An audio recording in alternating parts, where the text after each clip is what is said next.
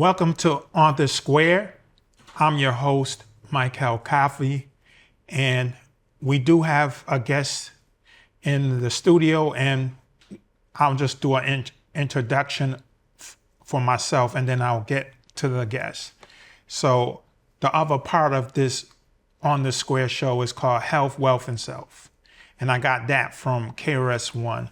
So I don't want you to think that I'm running around stealing other people's stuff, but I thought it was so important to use it for our community. I don't even really want to say that, but for our people, that sounds a little bit better. But if we don't have health, because if you're in poor health, all your resources are going to go into the wealth that you accumulate. So you need health, you also need wealth, and you also need to know about self. So health, wealth, and self is very important component to what I'm trying to push to the listening audience and the viewing audience. Okay, I want to mention that I have flaws, so I'm not going to sit here and tell you don't do this, don't do that, or how to make money and how to be in tune with the spirits and all that kind of stuff. What I am going to tell you, everybody should work for themselves, work on themselves. So if we're all working on ourselves, then we can move from working on ourselves to working with our family. And from working with our family, we can move to working in our neighborhoods. So that's the only advice I kind of want to promote from the show, working on yourself. But don't get stuck on yourself. Just grow and evolve until you branch out into your family. From your family, you branch out to the neighborhood. Now, a little bit about me. I'm an independent, so I'm not dealing with the Democrats per se. I'm not dealing with the Republicans per se. I'm more a third party person that's trying to find, and I'm not going to get into it now. It's going to take too much time to get into the kind of third party that I would recommend people looking to see if it fits to their political situation. Also, I'm not into organized religion. I'm into functional spirituality. And all that is a cool way of saying that you're trying to have spirituality on a physical plane. You can't be doing all this mystical stuff and you can't see the manifestations here in the physical plane. So that's all functional spirituality is. Is that it's a belief in more than yourself. That means your ancestors, a supreme being and all that stuff. But you got to have that work out on the physical plane. And not to take too much stuff. And the last thing I want to say about the things that when somebody's trying to change what's going on, you're either going to have an attack, which they try to discredit you. And if they can't discredit you, they try to put you in the prison. And if they can't put you in the prison, then they destroy you. So I don't want anybody being naive. Anytime you're trying to change things for the better, you're going to have pushback. And if some people that don't like the change, it might be a good change, but they don't like it, it's going to be pushback. And when you get the pushback, it's going to be those three things. It's going to be you're wacko, or you're going to be discredited, or you're going to end up in prison, or you're going to be eliminated. So just to understand that if you're going to get into this game to help your people and just help society in general, those are the pushbacks that you're going to get. And the last thing, because I took up a lot of time, the last thing is I may or may not on this show, but on normal shows, I repeat myself over and over again. This is a psychology tactic, for lack of a better term. What happens is the researchers believe that if you say something 3 times, the brain can absorb that and kind of remember it. Sometimes you remember hearing something once, But the best way to remember something is to hear it 3 times. And so that's why you hear certain people repeat themselves and it sounds like they had a stroke and they just keep repeating. They're repeating themselves is for you to retain the information. So now I'm gonna go to our fabulous guest and she's gonna introduce herself. I didn't use the pronouns and I'm back in the prehistoric times. So I'm just gonna say this woman. And she's going to introduce herself. And the topic is to deal with her programs that she's doing on a regular basis. So you can. Hi, thank you for having me. Okay. My name is Dayna Snell, and I am so many things to so many people, but okay. I'm currently a retired Child Protective Service administrator. I've done several years for the state of Connecticut. Okay. I am simultaneously. I also am the executive director of the Queen Anne Nzinga Center. And the Queen Anne Nzinga Center is a program designed to help young people reach their fullest potential. It's based on a Afrocentric model of teaching and the Kwanzaa, 7 principles of Kwanzaa. And later on, I can sort of talk about sort of how that evolved. But basically, the idea is to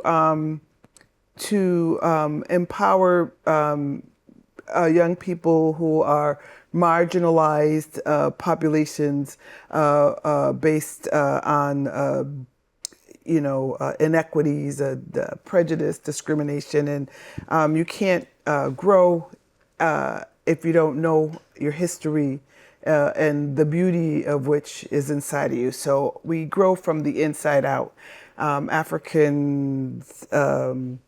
Afrocentric model of teachings is we honor our elders and we revere children.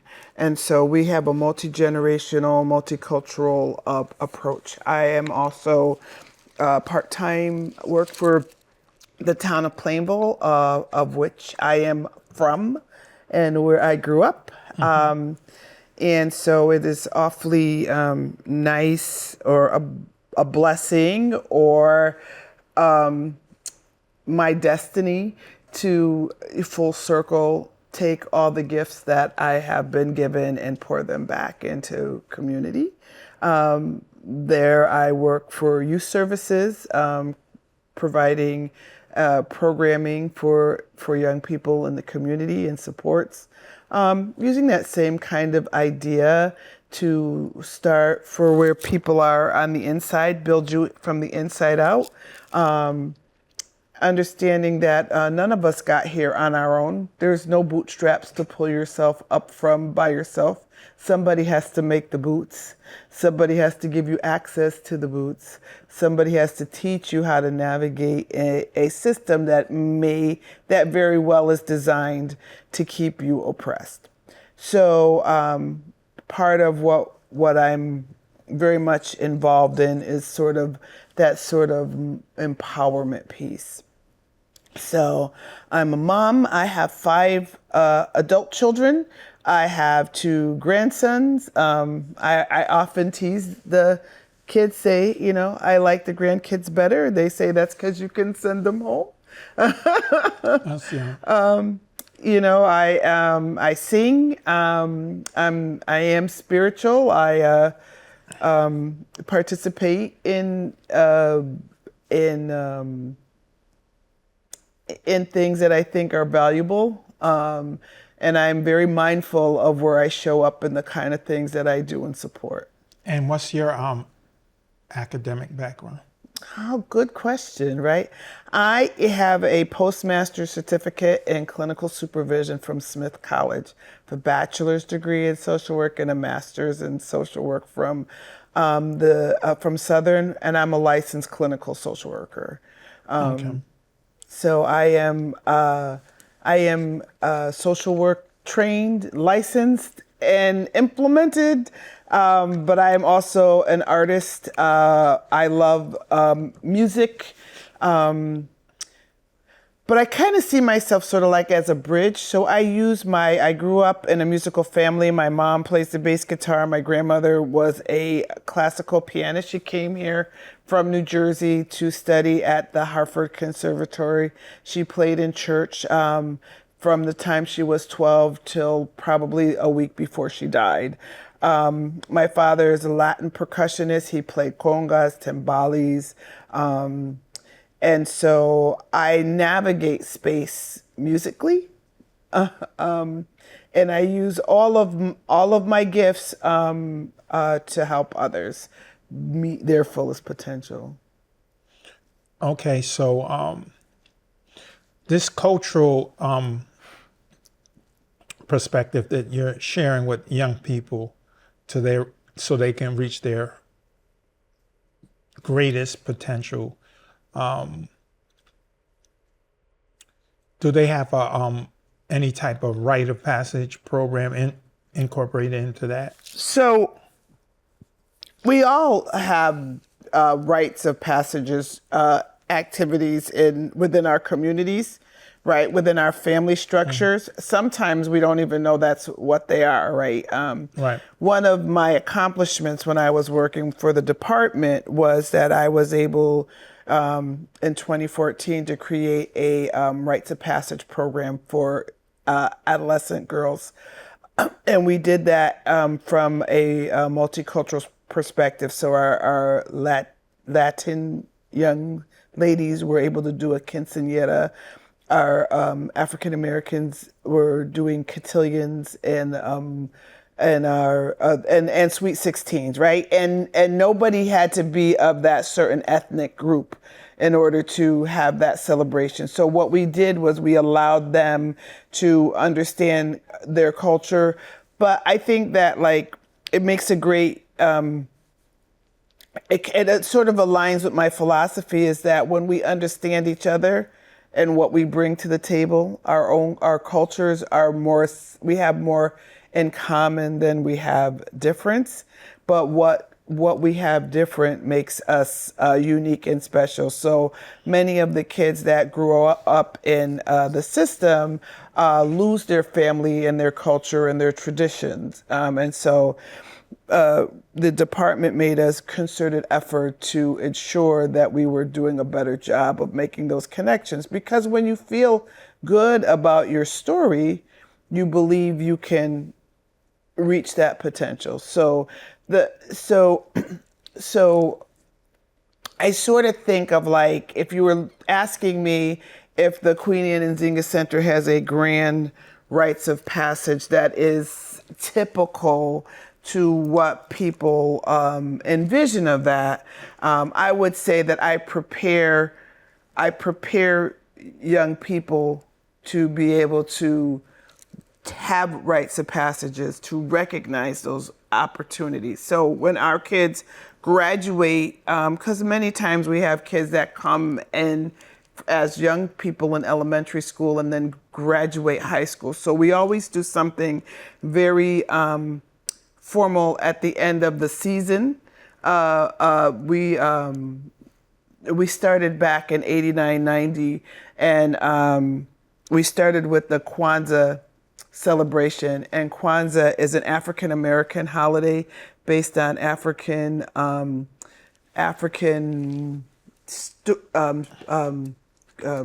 history, culture, and American. So it's really a blend. Milana Karinga created it in 1966, right around the time of, civil rights, right? Everybody was sort of like, we had the Black Panthers, we had you had the Civil Rights Act of 64, yep, 65. And so that was I think the first time in our history where we as African descent, African Americans of African descent, we're reclaiming the things that made us who we are. We wore our hair natural. We had the afros. We were wearing the dashikis. We were trying to make those connections. Right. And so there were different movements at that time. At the same time, white kids were being hippies and sort of being free. There was the women's movement at that same time too. So the peace movement, right? The peace movement, right? And so it was a time where everybody was sort of standing up for our rights. And I also think it was a time where people who didn't have access didn't know how, you don't know what somebody else is experiencing Right. unless somebody tells you, right? Or unless you experience it. And also the gay rights movement and the feminist movement. Yes. So so many movements. Right at that time, At that time, it just... So Milana Karinga wanted to create a holiday that that encouraged us to be connected to our African roots. In order to keep people enslaved, you had to devalue them. So race isn't real. Race is a social construct. Right. It was designed so that people could be oppressed by complexion, by the colors of their skin, by the region. You can't treat people bad if you feel like they're treat people. So even when I started my program, one of the things that I wanted was diversity, right? Because white kids didn't necessarily have information just like Black kids didn't have that information. And if we're in the same room learning about, nobody goes to a land and gets people who don't know how to do things. Right. When they were enslaving people to come to this country, who built this country, who planted, who created the economic capacity, right? That they weren't lazy. Like, you can't be a lazy slave. That's just not an option, right? But there was the conditioning of people to believe that if I was of a different complexion, that I was less valuable. And so, but kids are different. And so if you give them information and fan their curiosity, they can make their own decisions, right? And if they're the future, then we want to plant those seeds, right? We want you to appreciate what I bring to the table, just like you. So Milana Karinga was, at that time was helping young Black children appreciate their history. The US organization? Yes. Okay. Yes. I don't know if I really answered the question, but I sort of did, right? No, you just added on to. You did answer the question I asked you about rites of passage, and you said it in a certain way. It becomes a rite of passage, but it's not organized like like other groups like Jewish people. They have their bar mitzvah. Yeah, no. Right? So that's more organized. Every single, well, to my knowledge, all of them go through them. Yes. And so with us, because we're been detached from our culture, sometimes we go through and sometimes we don't, or sometimes we go through it and we didn't even know we went through it. Right. So it's a little more complicated. Right. Yeah. So and so from everybody doesn't have to do the same thing, right? And so maybe I'm not the one to do that cotillion or that rites of passage, but what I am that person is I'm preparing you for your rites of passage, because the rites of passage itself is the culmination of the work that prepares you for that rites of passage. Right. Native Americans have a rites of passage, and and the girls are 14, and before they are women, they come together, and there's some time where they go and be with the women, right? I'm not, now don't quote me, I'm not an expert on this. That's just the general idea. When you get ready to do a quinceañera, there's some things that you do to prepare for that, right? And that idea of changing from slippers to shoes, changing is becoming a young woman, right? When you have a sweet 16,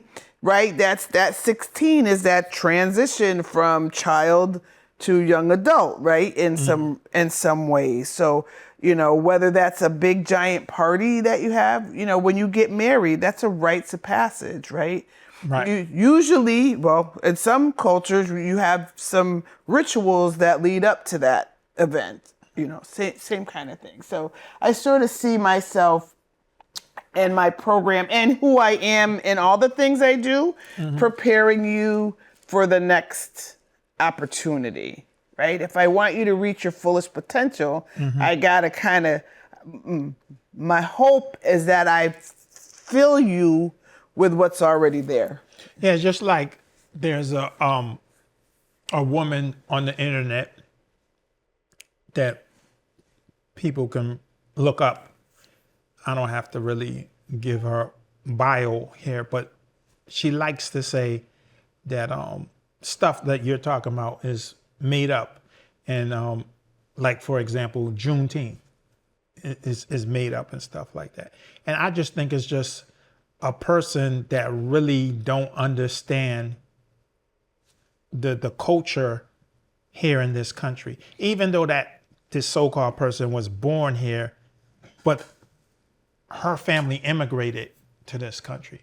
And there's always the people that have immigrated to this country, or their parents that immigrated to this country, don't fully understand melanated people in this country. They like to call them Yankee, they call lazy, and all these viewpoints that you're seeing from a distance. You're not really, but if you look at the studies, not to get off track, but if you look at the studies, that a lot of the universities have done studies that show that immigrants, after X amount of generations, they become Americanized. So the same thing you are criticizing the blacks that are here, you become them, because we're oppressed and conditioned. And when you're oppressed and conditioned, and conditioning and oppression is invisible until you feel it. So you don't even know that you're oppressed and conditioned until you see the end results of that. So if you coming from another environment, you got to experience that. That comes after generations. Then you start to experience it. And then next thing you know, you're Americanized. So they need to stop making comments on Americans that have been generations been here and been oppressed. I think that, that's it's interesting. I sort of had an epiphany recently. I think that people know what they know, and the stories that are told about the narrative about the African American, right? Because the African American is really the creation of multiple race and ethnicities and experiences, right? And trauma, right? Because enslaved people were brought here. The journey from the Middle Passage was horrific. The life of an enslaved person meant that you did not have a right to speak your language, to express your culture, to be a family. Men were, there was an concerted effort to demasculinize black men, right? From lynchings to the sodomizing of women, or using the body parts as souvenirs. Right. We got we could do a whole nother hour on that one. But in general, that who we are is an incredible, resilient product, right? For lack of a better word. I mean, but when you come from another country, you come here seeking refuge. You come here seeking opportunity. If those people who came here aligned with the people who were here, the power of those who don't want us to align would be impacted. So it's very intentional to suggest that, well, we have these people. I mean, if you think about the narrative that people are even hearing today in this particular climate, we're talking about people we dehumanize people by calling them illegals or border people, or you know what I mean? Those are the new But what I'm enslaved people, right? So the narrative is suggesting. Something happened to me because I understand it a little better, right? Because if you're coming to a better place, who wants to line up with the folks who are most oppressed, right? Look, I'm going to go to America and join the out group, right? I'm going to join the out group, right? Yeah. And we shall overcome. No, they're going to hear the stories about how it's their fault they're the out group. Not that there's an inequity. Not that there's not opportunities, right? Because that whole move in June 2023 when they attacked affirmative action, all of that again was suggesting, right, that I don't need a handout, right? Because that's what they said, right? It's not really fair because you're giving preferential treatment to other people, and when in reality it isn't preferential treatment, it's access. But if you don't understand that we didn't have access, and your story's a whole lot different. You came here and you getting a little more access. And you also, it's the whole thing is research. And again, if a lot of people in this country is in survival mode, I'm worried about paying this mortgage or rent and this car note in private school, and I'm worrying about my daughters not getting pregnant at 14. I'm worrying about my son not joining a gang or on drugs. Getting shot. So you got all these things to worry about. So the last thing is to study the environment of what's producing bad decisions. Yeah, you have options, but when you don't know what the options is, you make a bad decision because you're just looking and saying, what's good for me at that particular time, instead of saying, what's my options? If you have access to private school, if you have access to resources, right, your propensity to make a negative decision is less.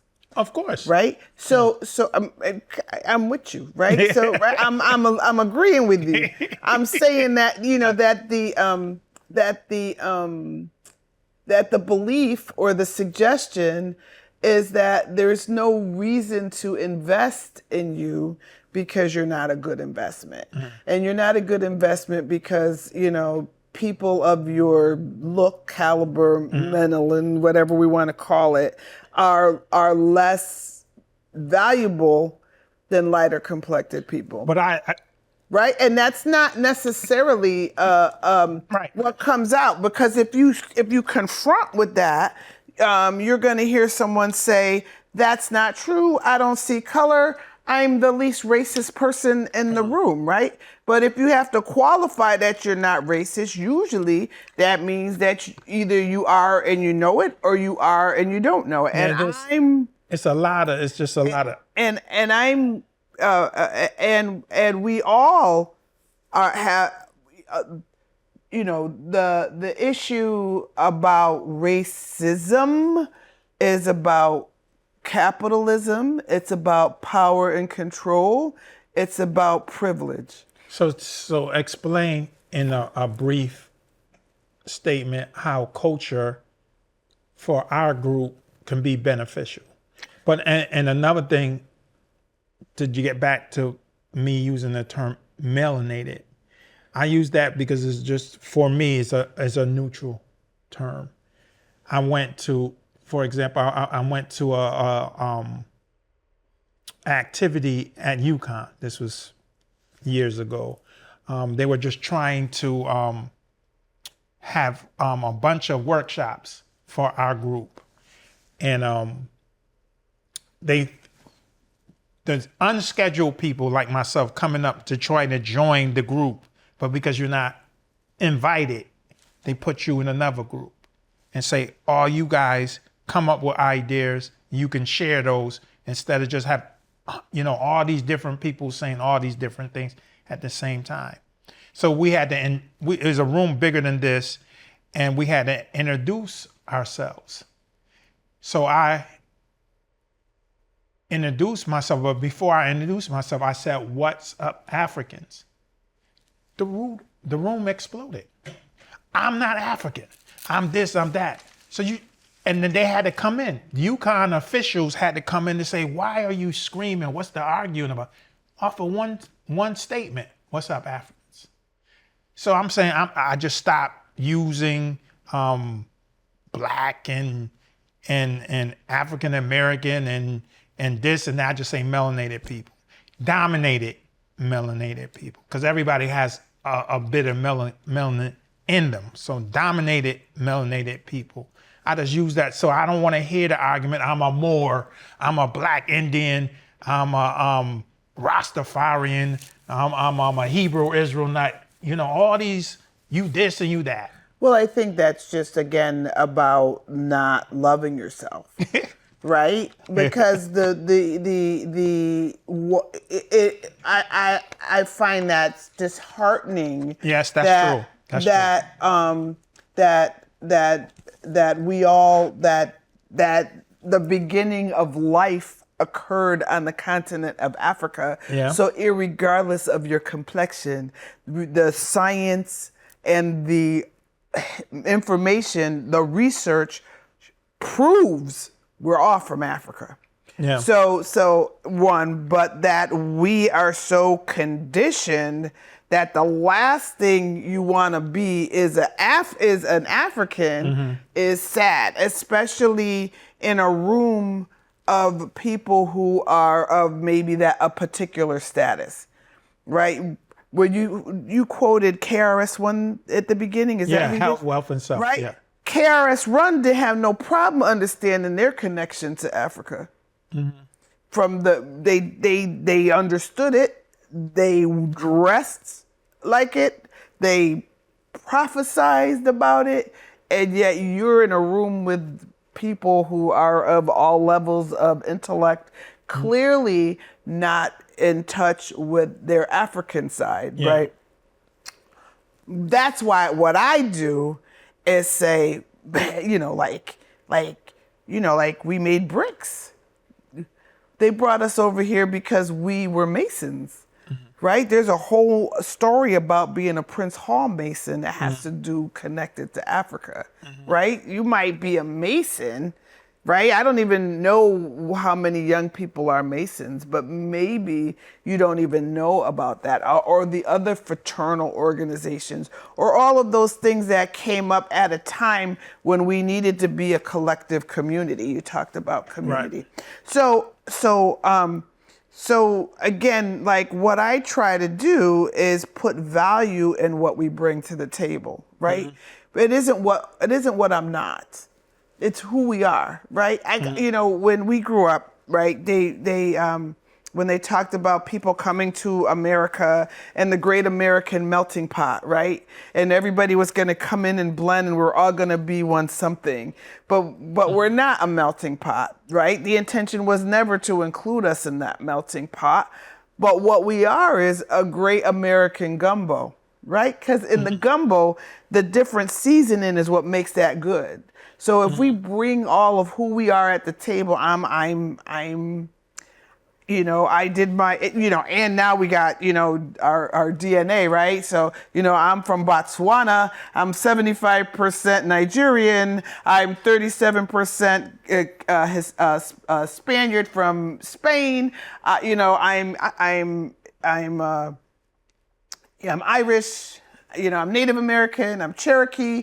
Like now, like there's a little bit of, really understanding like what makes up who we are, and what makes up who we are makes up who we are. But I wanted to say that something that to kind of piggyback on what you said, and I was listening to something that resonated with me when Kamala Harris talked about her heritage and how she was a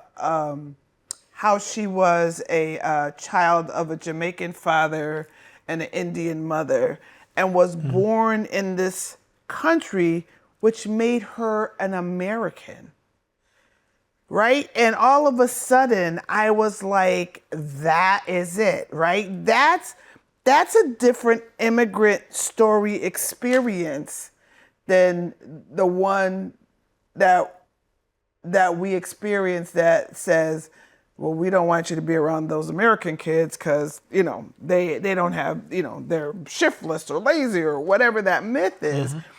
But we're all the unique summary of blended people and cultures, right? If we remember that, then this other negativity doesn't work. It doesn't work if we can't appreciate who other people are, but we can't appreciate who other people are if we don't like ourselves. If you say hello Africans and everybody's like, oh, I ain't no African, I don't like myself. Ain't nothing but this drip drop got somebody from Africa in it, just like some of this drip drop means somebody Irish is in here too, right? Some of this drip drop means somebody from Spain is in here too, right? And that's my story. And I'm not less of any of that when I appreciate the parts that the world would suggest is negative. So I want to be that broker for people, for young people, It's for needed. old people. It's needed. To be able to say, you know what, I am African. As a matter of fact, I'm from Burkina Faso. As a matter of fact, the people from Burkina Faso were the ones who taught us how to plant cotton in this country. We're the ones that brought corn to Mississippi. Now, listen, this is not true. I'm just making up something right now. Don't go back and say Dayna Snell said Africans brought corn to Mississippi, because that's not exactly true, but it's sort of true, right? They didn't bring people here that couldn't do nothing. Well, to give you an actual example, the West Coast Africans were very experienced or expert in processing rice. And that skill came down south, South Carolina and those places to grow rice. That was a skill that wasn't here. It was an African skill, to give you an example. Right. And that's not the only one. No, it's not, but I'm just saying. No, but I'm agreeing with you, right? You know what I mean? So when you start feeling some kind of way. Yeah, like the Tarzan movies, that's how you feel. No, I'm just saying. Watching Elvis, John Wayne, and Tarzan did a lot of psychological damage on us, because I'm like, okay, Tarzan can talk to the monkeys, but we've been there all day, and we can't communicate with nature. But this person lacking melanin comes here and he automatically just understand what the monkeys want. But then, right there, I'm like, yeah, kick these black people's butts. You know what I'm saying? Tarzan becomes a hero. Right. And what he's doing is beating up black people. Right. And we don't know nothing about communicating with the animals there, but he does. He just comes out of nowhere. Right. And why is that? Why? What is the purpose of that? Propaganda. Right. And why? And what is the purpose of that propaganda? To keep the people, to keep the rich rich. Right. Yeah. I mean, the issue of slavery wasn't an emotional issue; it was an economic issue. Right. Right. And when Lincoln, made that move, it was an economic move for the country. It wasn't that he particularly had a heart for slaves, right? He had a vision for a country that needed to prosper. And that country could not continue to prosper under those circumstances. But those plantation owners, those people who were benefiting financially from that situation was very desperate. I almost feel like that's a parallel maybe to some of the things that are even going on today, right? Is that there are a group of people who have a financial investment in keeping other people, middle class people, lower middle class, poor people, Working class. class people, right? I was trying to keep them fighting amongst themselves for crumbs, so that they can have, so that they can keep what they have. It's sort of that same kind of Right. But the thing is, it comes with research. I say a lot of stuff that brings people blood pressure up, but it doesn't take away that it's factual. There's no time in recorded history of humankind. I ain't gonna say mankind, but humankind. It's always been haves and have-nots. There's no such thing as a middle class. Middle class was created through taxation. When you overtax the population, you're giving surplus money to create another class. But they want to keep talking about the middle class. There's no such thing. If you don't tax the people, you won't have a middle class. All you have is haves and have-nots.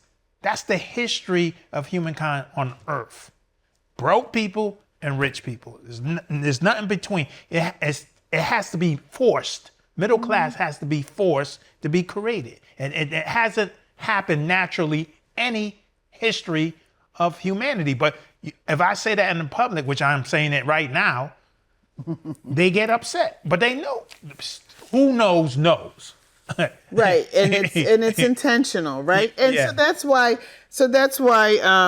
it's so important, again, to spark curiosity of our young people. That's why I was saying research. We Right. we got to learn something more Right, than. so you gotta, and research means that you have to get information from multiple sources. Multiple sources. Right, because if you only go on social media, That right? you like. The information that you like. Well, once you get, what the algorithms do, right, is I find out what you like, and then they start keep sending you the same thing over and message, over, right? yeah. What did you say 3 times? Yeah. You hear something 3 times, Yeah. and then The brain registers that as a fact, right? Yeah. So if I say, you're not African, you're not African, you're not African, the 3rd time you say I'm not African, when in actually, yes you are, I'm. You know who perfected that? Not to sink in your head only. The Germans did. The propaganda minister of Hitler, he promoted lying constantly. So you just keep telling lies. So every time he comes on the mic, he tells a lie, and he just keeps saying, and then people start believing it. Yes. So it's the same procedure, but it's a different purpose. Psychology do it for you to understand something or remember it. The Nazis did it to have you believe it. Not because it's true, but just to believe it. But you just keep saying it over and over again. You want to ask people, what do you benefit from that? We never were allowed to be rude and disrespectful to people. We weren't allowed to be rude to positions or people in those positions, or people in those positions weren't allowed to be disrespectful and rude, right? You conducted yourself in a certain way. Certain people were able to, certain consequences of how you conducted yourself had different outcomes. For example, when we talk about Emmett Till, what he did or didn't do cost him his life. That wouldn't necessarily cost, I don't know, somebody else somebody that didn't look like Emmett Till during that time could have done that same thing but wouldn't have had the same results. Why is that? Because people are conditioned to be afraid of somebody that looks like Emmett Till. Okay. Yeah, and you're also part of another group, right? Yes. In terms of, you can explain the title of the group and what you're trying to do, instead of me screwing it up with trying to remember the name of the group. So you can mention that, and this is the conclusion part of the show. So we talked a lot about, I think I touched things at very varied angles. And my hope is to continue to create space for people to grow and have conversations. So I am the co-chair of the Plainville Anti-Racism Task Force, which is also, again, it just sort of lines up with what I do. But the heart of the work, the theme that I've always done has been the Queen Anne Nzinga Center. And the Queen Anne Nzinga Center kind of evolved out of my experience growing up in Plainville as a African-American Black girl in that school system where my principal told me to my face that I would amount to nothing. And I remember thinking as a little kid, I was sort of that, like, say it loud, I'm Black and I'm proud, baby. I was born in the 60s. I had a dashiki and red, black, and green Pampers. I mean, that's who I was. Because I'm not really any different than that little kid that was there. I didn't believe that it was okay for my principal to tell me that I amounted to nothing. And I wanted, and somehow that sort of catapulted me into amounting to something, right?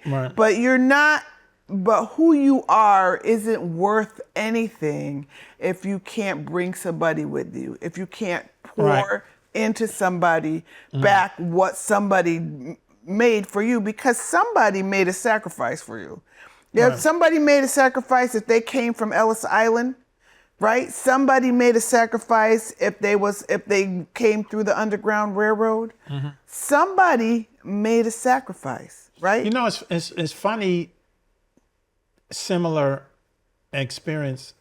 The public school you went to was in the suburbs, right? I went to Plainville in the suburbs. Yep. Same thing with my situation where, remember I told you, somebody just felt that they had to say that Black people never contributed to anything in the history of humanity, and everybody turned to me. Like you were the expert. Yeah, like I was the expert. And I was like, at that time, when you're growing up, unless you have parents or you're in some kind of program that's telling you about your culture, only culture you see is what you see it on TV. Like, remember I told you the John Wayne Killer Indians, the Tarzan, controlling Africa. What was the other example? Elvis and stuff like that. So not acknowledged that he sat on the porches, listened to the blues players, not giving them any credit when he went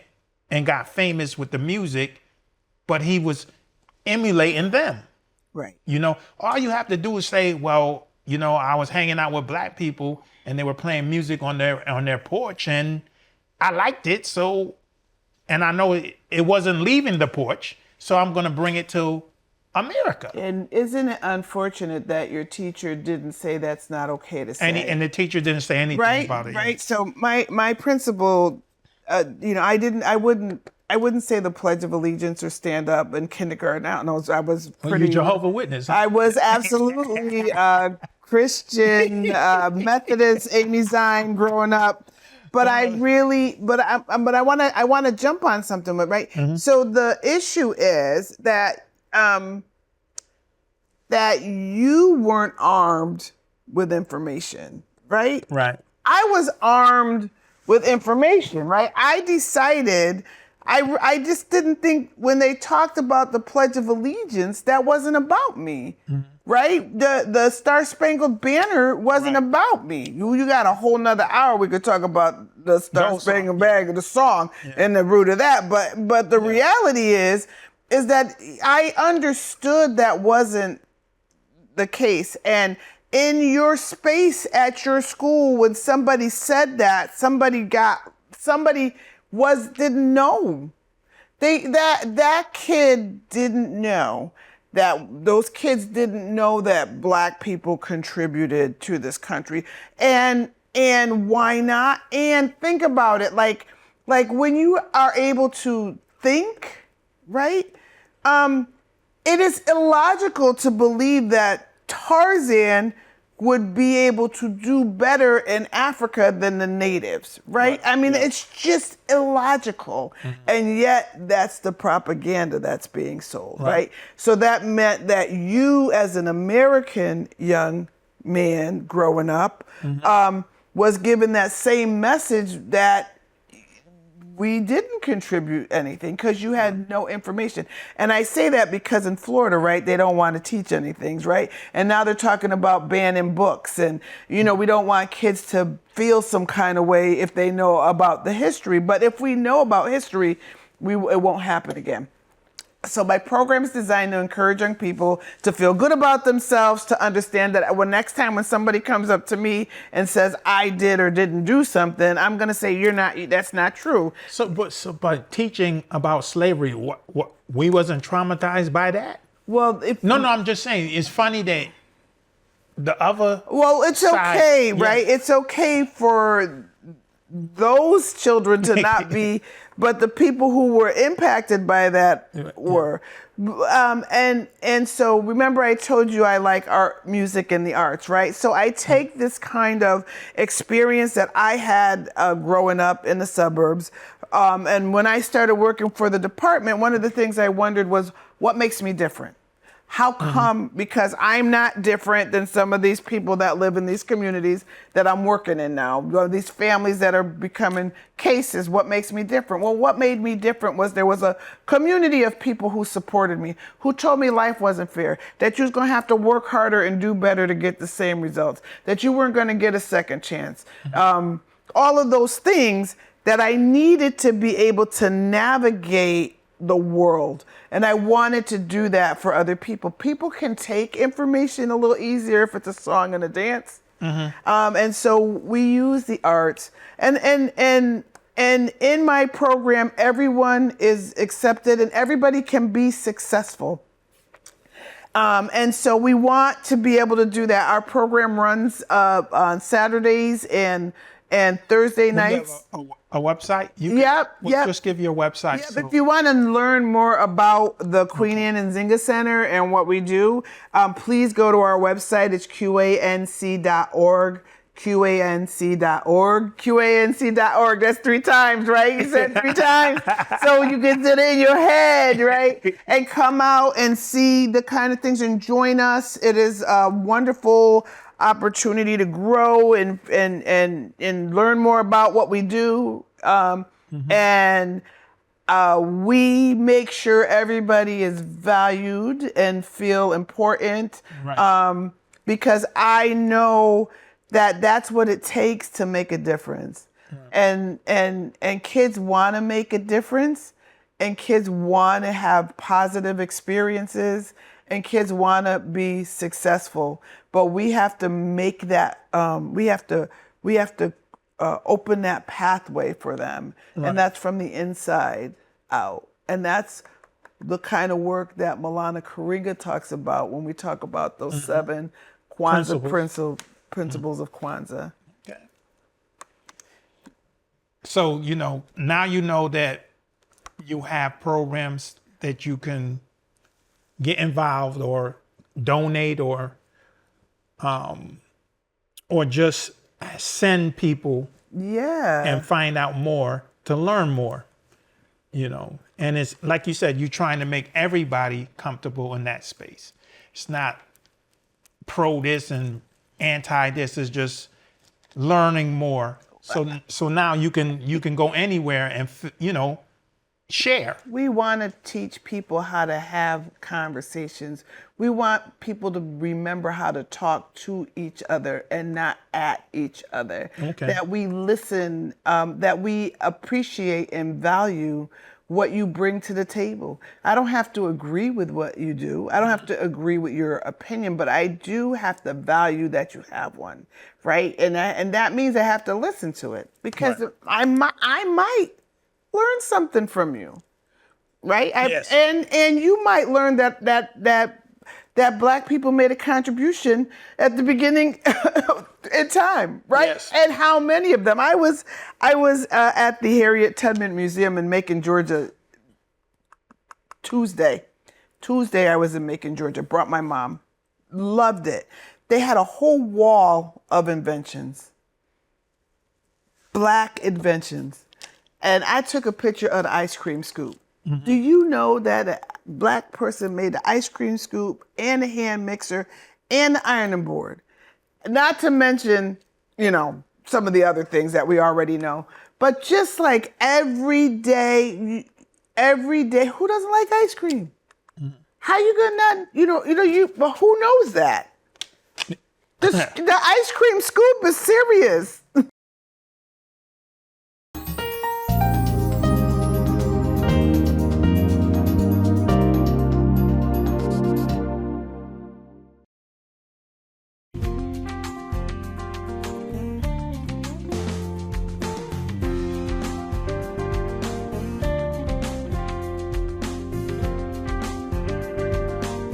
Follow us on Instagram at nutmeg.tv. Sometimes life just happens. Don't worry. Farmington Motorsports will get you back on the road and at a fair price. From towing to tires, emissions to transmissions. Our ASC certified techs do it all. Farmington Motorsports is a family-run business. We're a Napa Auto Center and AAA approved. We work on all makes and models from preventative maintenance to major repairs. And every repair is backed by our 2-year, 24,000-mile nationwide warranty. When life happens to you, don't worry. Farmington Motorsports.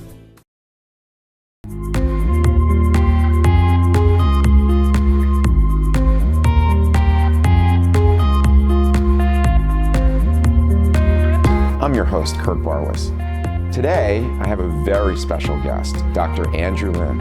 Hello, and welcome to another episode of the Veterans Corner. My name is Chuck Wooden. Decision for ourselves for this week, if we want to be made well. Hi, welcome to the crack of dawn. It's Dawn Lombardi. I'm starting the painting. It's going to be the clips with some water. Love it. He took me on the sets of Lost in Space, Batman. Everybody has a story. What's yours?